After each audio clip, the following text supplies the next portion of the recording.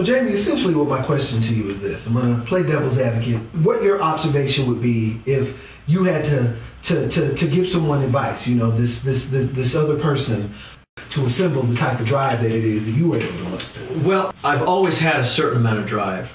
And I believe I was just blessed with that. And I believe that everybody has something in them. And the only thing that I can really say, if people are surrounding you with a shroud of doubt, you're being forced to dig deeper into your own desires.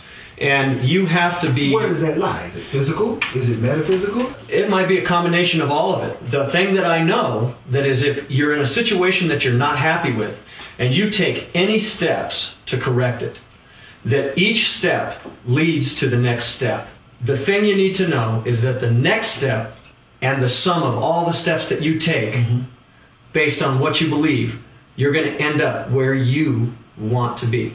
Ted wants to be a race car driver and has some success and thought to himself, man, if I could devote the 40 hours a week that I'm here or the 50 hours a week that I'm here to what it is that I do, what's he do with the pizza dough in his hand right there?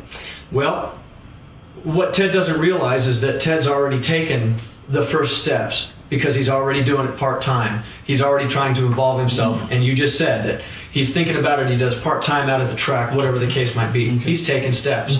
If he needs to assess his entire situation. What do I have that I don't need?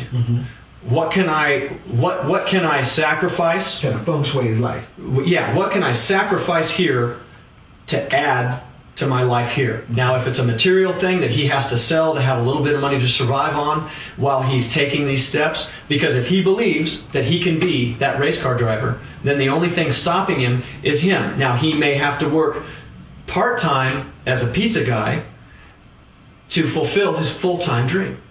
A, he's already thought about it. B, he's already put some time into it. And then C, take an honest examination of his life.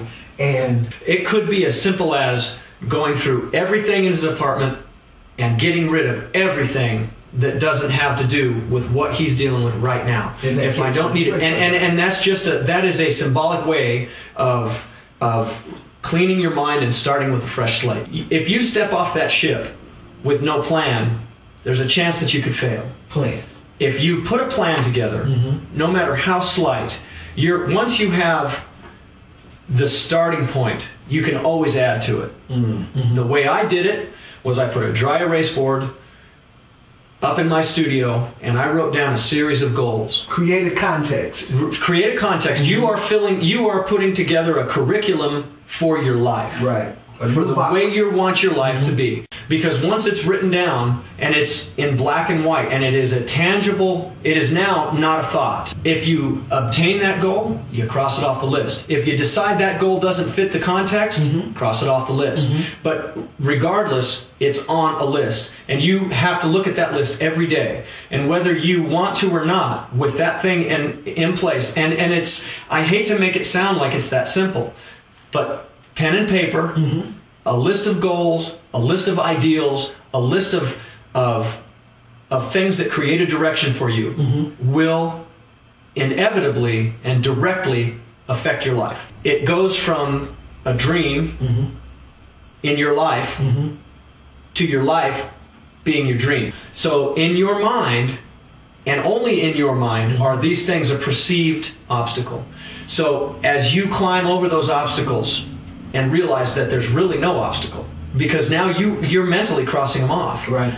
And the other thing that people need to realize, in my opinion, is that as you're living your life, and your life becomes the dream that you dreamed before, the only time that life is a dream again is after it's come to fruition and you're looking back on it. Because when you're in it, it is simply your life. But now the dream has become my life.